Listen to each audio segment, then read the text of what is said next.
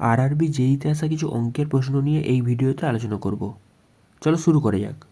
এখানে এন মানে কত? 14, জি মানে 7, জে মানে 10। এটাকে কীভাবে লিখেছে?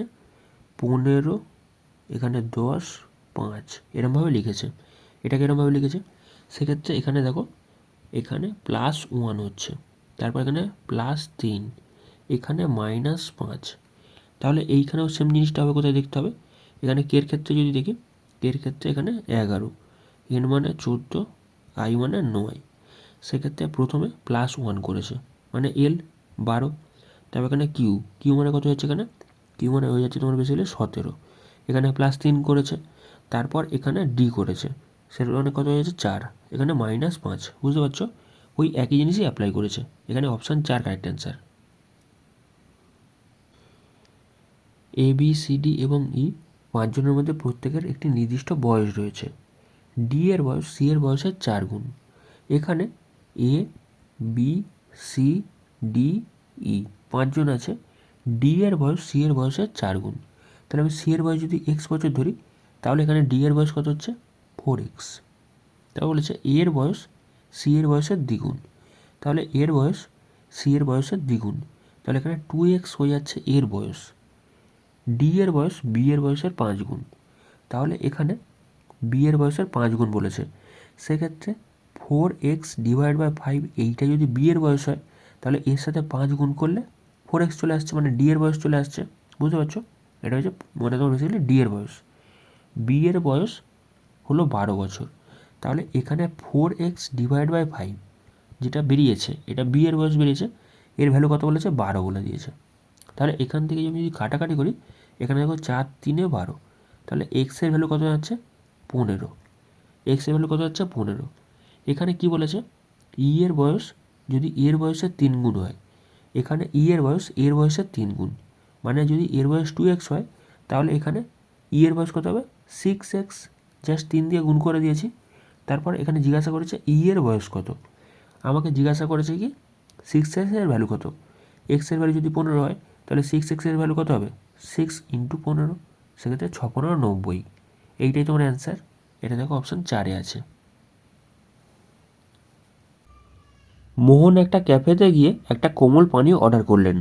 ওয়েটার অর্ডারটি একটি প্লাস্টিকের গ্লাসে করে প্লাস্টিকের স্ট্র সহ পরিবেশন করলেন। মোহন একজন পরিবেশ সচেতন মানুষ হওয়ায় তিনি খুশি হলেন না। কারণ কি? প্লাস্টিকের গ্লাস, প্লাস্টিকের স্ট্র জৈব বিয়োজ্য এবং মাটিতে দীর্ঘ সময় ধরে উপস্থিত থাকে। এক্ষেত্রে তোমার option C correct answer, option 3। যদি 15 ওহমের একটি রোধক 12 সেকেন্ডের জন্য 2.5 অ্যাম্পিয়ার তড়িৎ বহন করে, তাহলে উৎপন্ন তাপ কত? এখানে বেসিক্যালি এইচ = I² আর টি এই ফর্মুলা অ্যাপ্লাই করব। সেক্ষেত্রে এখানে আই মানে কারেন্ট হয়ে যাচ্ছে, এখানে 2.5 এর স্কোয়ার। আচ্ছা, তারপর রোধক কত যাচ্ছে? এখানে 15 ওহম × 15। আর এখানে টাইমটা কত লাগছে? 12 সেকেন্ড × 12। সেক্ষেত্রে এখানে 25 স্কোয়ার কত? 625। আর এখানে দুটো সংখ্যার আগে পয়েন্ট বসে যাচ্ছে, গুণিত 15 গুণিত 12। সেক্ষেত্রে এখানে এই যদি পয়েন্টটাকে তুলি, নিচে কত চলে আসছে? 100 চলে আসছে। যদি 4 দিয়ে কাটি, 4 3 12, এখানে 4 25 100। 5 দিয়ে কাটছি, 5 3 15, 5 5 25। 5 দিয়ে কাটছি, 5 1 5, 5 2 10, 5 5 25। সেক্ষেত্রে 3 3 9, 125। আর এক সাইডে কত? 9। সেক্ষেত্রে গুণ করলে কত হচ্ছে? 5 এবং 45-এর 5, হাতে থাকলো 4। সেক্ষেত্রে 9 2 18, 4 22-এর 2, হাতে থাকলো তোমার 2। আর 9 2 9, 2 এখানে 11। তাহলে এটা অপশান 3-এ আছে, অপশান 3 কারেক্ট অ্যান্সার। পরবর্তী প্রশ্ন, 10 জন শিক্ষার্থীর প্রাপ্ত নম্বর নিচে দেওয়া হলো। এই ডেটার সংখ্যা গুরুমান কত? এখানে সংখ্যা গুরুমান বলতে বোঝাচ্ছে যেটা বেশিবার রিপিট হয়েছে। এখানে বেসিক্যালি দেখো 17 এটা দুবার এসছে, 19 একবার এসছে। কিন্তু এখানে যদি ভালো করে খেয়াল করো, দেখবে এখানে 14টা 3বার এসছে। এই 3বার রিপিট হয়েছে, সবথেকে বেশিবার রিপিট হওয়ার কারণে এটা হয়েছে গুরুমান। এখানে তোমার অপশান 3 কারেক্ট অ্যান্সার। জৈব বিয়োজ্য বর্জ্য কেন পরিবেশগত সমস্যার সৃষ্টি করে? কারণ এগুলো দীর্ঘ সময় ধরে পরিবেশে টিকে থাকে। Option 4 correct answer. পরবর্তী প্রশ্নে বলছে ভাগ আর বিয়োগ এদের দুজনকে ইন্টারচেঞ্জ করতে হবে, আর এখানে যোগ আর গুণ এদের জনকে পরস্পর স্থানান্তর করতে হবে। সেক্ষেত্রে দেখো 10, এখানে যোগ আছে মানে গুণ বসে যাচ্ছে 52। আচ্ছা, এখানে বিয়োগ আছে মানে কী হয়েছে, ভাগ বসে যাচ্ছে 13, গুণ আছে মানে এখানে যোগ বসে যাচ্ছে, তারপর এখানে 4। আচ্ছা, এখানে ভাগ আছে মানে কি বসবে, এবার বিয়োগ বসে যাচ্ছে 18। সেক্ষেত্রে দেখো এখানে 4 13 52, 4 চলে আসছে, আর এখানে 10 সঙ্গে গুণ হয়ে এখানে 4 10 40 হয়ে যাচ্ছে। ঠিক আছে, এখানে +4 -18। সেক্ষেত্রে এটাকে সলভ করলে কত হচ্ছে, এখানে বেসিক্যালি 14 পড়ে থাকছে বিয়োগ, মানে 14 এখান থেকে বিয়োগ করলে কত হচ্ছে, এখান থেকে তোমার 6 হাতে থাকলো, এখানে 1 মানে 26 পড়ে আছে। এইটাই তোমার অ্যান্সার, অপশান 1 কারেক্ট অ্যান্সার। 2024 সালে অনুষ্ঠিত জম্মু কাশ্মীর বিধানসভা নির্বাচনে ভারতীয় জনতা পার্টি কতগুলো আসন জিতেছিল? এটা বেসিক্যালি 29টা আসন জিতেছে, অপশান 2 কারেক্ট অ্যান্সার। একজন ব্যক্তি একটি পণ্যের মুদ্রিত মূল্যের ওপর প্রথমে D% ছাড় দেন, তারপর ওই একই সংখ্যাগত মান বিশিষ্ট পরিমাণের আরও একটি সমান ছাড় দিয়ে পণ্যটি এত দামে বিক্রি করেন। যদি পণ্যটির মুদ্রিত মূল্য এত হয় তাহলে D এর মান কত? এখানে বেসিক্যালি জিনিসটা দেখেই বুঝতে পারছো 10%-এ বিক্রি করেছে। কারণ কি, সে বিক্রি করেছে 390-এ, আর দাম কত এখানে 3900। তাহলে এটাকে আমি যদি পার্সেন্টেজে প্রকাশ করি 100 দিয়ে গুণ করে দেবো, 390, এটা বেসিক্যালি 10 দিয়ে কেটে যাচ্ছে, একটা শূন্য কেটে যাচ্ছে, সেক্ষেত্রে 10%-এ সে জিনিসটাকে বিক্রি করছে। যদি কোনো জিনিস 10%-এ বিক্রি করা হয় সেক্ষেত্রে কত পার্সেন্ট ছাড় দেওয়া হয়েছে, 100 থেকে বিয়োগ করে দাও 10%, তাহলে জিনিসটাকে বিক্রি করেছে 90%-এ। আর দুটো সমান ছাড় দিয়েছে, বুঝতে পারছো, একই সংখ্যাগত মান বিশিষ্ট আরও একটি ছাড় দিয়েছে, তাহলে এখানে টোটাল ছাড় 90%। তাহলে টোটাল যদি দুটো সমান ছাড় হয় সেক্ষেত্রে 90কে আমি 2 দিয়ে ভাগ করে দেবো, সেক্ষেত্রে 45% তোমার কারেক্ট অ্যান্সার হয়ে যাচ্ছে। এখানে দেখো অপশান 3 কারেক্ট অ্যান্সার। আমি ভাবছিলাম এই অঙ্কটা সাকসেসিভে চলবে, কিন্তু এই জিনিসটা এরকমভাবে বেরোলো। এখানে অপশান 3 কারেক্ট অ্যান্সার। একটি বৈদ্যুতিক মোটর বৈদ্যুতিক শক্তিকে যান্ত্রিক শক্তিতে রূপান্তর করে। এখানে বৈদ্যুতিক শক্তি থেকে যান্ত্রিক শক্তি। স্তম্ভ এ আর স্তম্ভ বি দুটোকে মেলাতে দিয়েছে। মূলধনের প্রান্তিক দক্ষতা বিনিয়োগের ওপর প্রত্যাশিত প্রতিদানের হার। স্বয়ংভূত বিনিয়োগ হয়ে যাচ্ছে বিনিয়োগের ওপর অনির্ভরশীল আয়। ভোগ আপেক্ষক হয়ে যাচ্ছে ভোগপণ্যের খরচ। মিতব্যয়িত আপাত বিরোধিতা হয়ে যাচ্ছে বর্ধিত সঞ্চয় মোট চাহিদার হ্রাস করে। আচ্ছা, তারপরে চক্রীয় বেকারত্ব হয়ে যাচ্ছে কর্মসংস্থানের ওঠানামা করার প্রবণতা। এখানে একটা সংখ্যার সিরিজ দিয়েছে আর বলেছে বিন্যাসগুলি থেকে সমস্ত চিহ্ন বাদ দেওয়া হলে, সমস্ত চিহ্ন যদি বাদ দেওয়া হয় তাহলে ডান দিক থেকে পঞ্চম স্থানে কে থাকবে? এটা 1 2 3 4 5, 5-এ কে থাকবে? 2 থাকবে। সেক্ষেত্রে অপশান 1 কারেক্ট অ্যান্সার। একটি পণ্যকে তার প্রকৃত বিক্রয় মূল্যের এত অংশ দামে বিক্রি করে মানবের 27% ক্ষতি হয়। যদি সে এটাকে প্রকৃত বিক্রয় মূল্যের 84% দামে বিক্রি করত তাহলে এটির কত শতাংশ লাভ হতো? এখানে বেসিক্যালি আমি বিক্রয় মূল্যটা অর্থাৎ সেলিং প্রাইসটাকে ধরে নেবো 50 টাকা। এখানে একটা শূন্য অ্যাড করছি আর উপরে একটা শূন্য অ্যাড করছি, সেক্ষেত্রে সে সেটাকে কততে বিক্রি করেছে? 20 টাকাতে বিক্রি করেছে। আচ্ছা, কোনো জিনিস যদি তোমাকে বলে 20% ক্ষতিতে বিক্রি করেছে, সেক্ষেত্রে সেই জিনিসটাকে কততে বিক্রি করেছে? সেই জিনিসটাকে 80%-এ বিক্রি করেছে। কীভাবে বেরোলো? 100 থেকে বিয়োগ করে দিয়েছি। এই রকমই 27% ক্ষতিতে বিক্রি করার অর্থ কী? সেই জিনিসটাকে 73%-এ বিক্রি করেছে। আর 73%-এর ভ্যালু কত বলে দিয়েছে?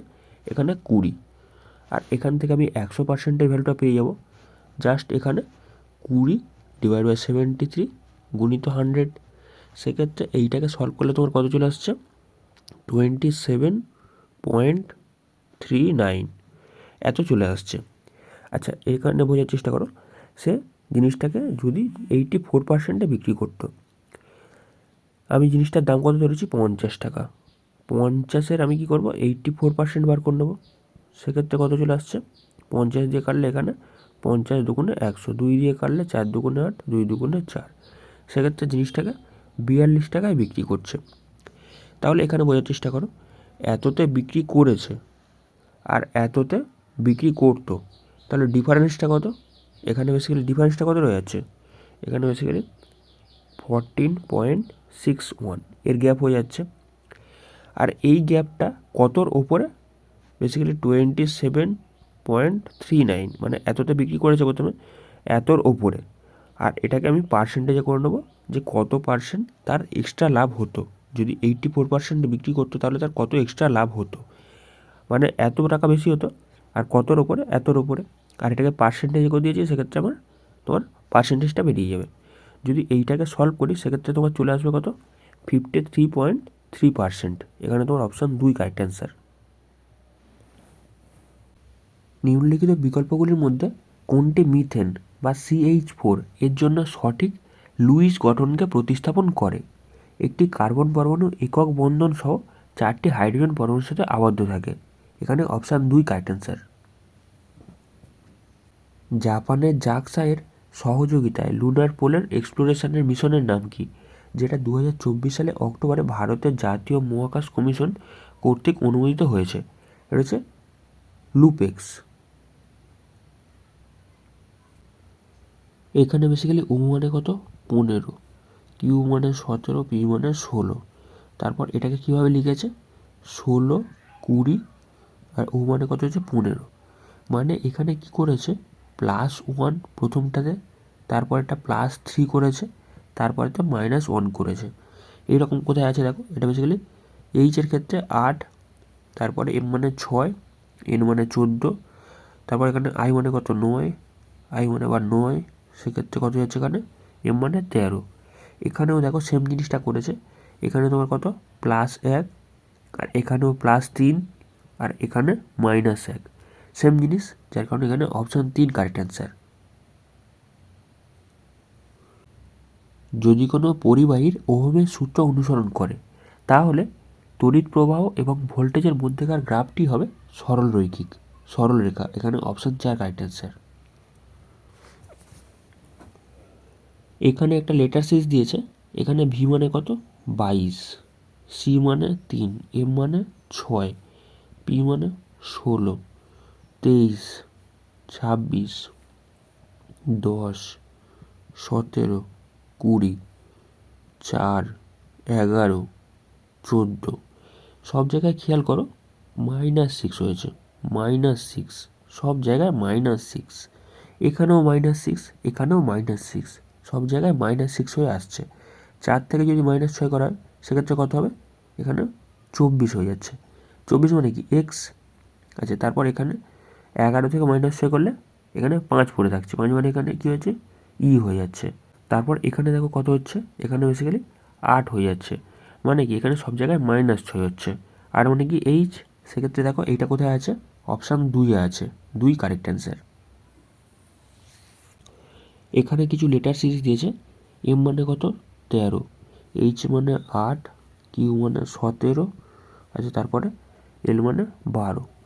সেম জিনিস এখানে 14, 10, 19, 15।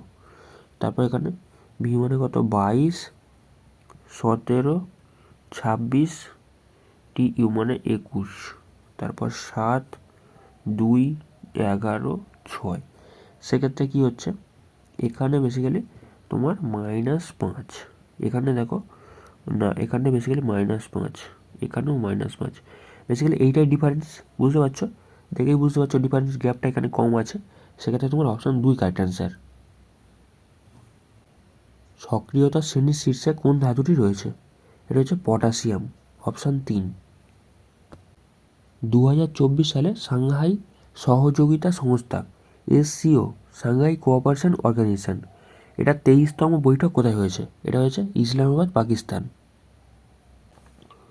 এখানে জিজ্ঞাসা করেছে এই জিজ্ঞাসার চিহ্নে কী বসবে? এখানে বেসিক্যালি ডবল সিরিজ চলছে। দেখো এখানে 18, 18, 18, সব জায়গায় 18 আসছে। এরপরেও এখানে একটা ঘর ছাড়া এখানে 18 আসবে। তারপর এখানে দেখো কত হয়েছে? এখানে -4, তারপর এখানেও -4, তারপর এখানে -4 করতে হবে। তাহলে 41 থেকে যদি -4 করা হয় সেক্ষেত্রে কত হবে? 37। তাহলে এখানে অপশান 3 কারেক্ট অ্যান্সার। 44 জন পুরুষ 48 দিনে একটি কাজ করতে পারে। 8 দিনে একই কাজ সম্পন্ন করতে প্রয়োজনীয় পুরুষের সংখ্যা কত? এখানে 44 জন পুরুষ 48 দিনে কাজটা কমপ্লিট করছে। আর এখানে জিজ্ঞাসা করেছে 8 দিনে কতজন পুরুষ লাগবে। তাহলে আমি ধরে নিচ্ছি x জন পুরুষ লাগবে, সেক্ষেত্রে জাস্ট x এর ভ্যালুটা বার করে নাও। আচ্ছা যদি কাটাকাটি করি সেক্ষেত্রে দেখো এখানে 6 8 48, তাহলে এই দুটোকে গুণ করে দিচ্ছি। 4 6 24, 4 হাতে থাকলে 2, 4 6 24 আর 2 26 হয়ে যাচ্ছে। তাহলে এখানে অপশান 3 কারেক্ট অ্যান্সার। খলিফার বৈশ্বিক ক্ষমতা টেম্পোরাল পাওয়ার্স রক্ষার জন্য বোম্বেতে একটি খিলাফত কমিটি গঠন করা হয়। খিলাফত কমিটি কবে গঠন করা হয়? এটা হয় মার্চ 1919। Option 2 correct answer. একটি তারের রোধ আর যদি তার দৈর্ঘ্য 8 গুণ বৃদ্ধি করা হয় এবং প্রস্থচ্ছেদের ক্ষেত্রফল 4 গুণ হ্রাস করা হয়, তাহলে নতুন রোধ কত হবে? এখানে বেসিক্যালি রোধ বা রেজিস্ট্যান্স হয়ে যাচ্ছে rho into length divide by area. এখানে পরবর্তীকালে যেটা হচ্ছে সেটা রোটা তো কনস্ট্যান্ট আছে, এখানে হচ্ছে লেন্থ দৈর্ঘ্যটাকে 8 গুণ বৃদ্ধি করা হয়েছে, সেক্ষেত্রে 8L। আর এখানে এরিয়াটাকে বলেছে 4 গুণ হ্রাস করার কথা, সেক্ষেত্রে এরিয়া এ ধরেছি আর ডিভাইড বাই 4 হয়ে যাচ্ছে। সেক্ষেত্রে বোঝার চেষ্টা করো, এখানে রো যেমন আছে তেমন থাকলো, লেন্থ আপন এরিয়া যেমন আছে তেমন রেখে দিলাম। এই 4টাই 8-এর সাথে গুণ হবে, মানে কত হয়ে যাচ্ছে? 32 হয়ে যাচ্ছে। আর আমরা এর আগে কী দেখেছিলাম? রো ইন্টু লেন্থ আপন এরিয়া। এইটা তোমার ধরেছিলাম কি? আর ধরেছিলাম রোধ, ধরেছিলাম রেজিস্ট্যান্স ধরেছিলাম। তাহলে রেজিস্ট্যান্স ইন্টু 32, তাহলে আর ডেসের ভ্যালু কত হয়ে যাচ্ছে এখানে? Resistance into 32। এইটা কোথায় আছে দেখো, এটা দেখো অপশান এতে আছে, অপশান 1-এ। Option 1 correct answer.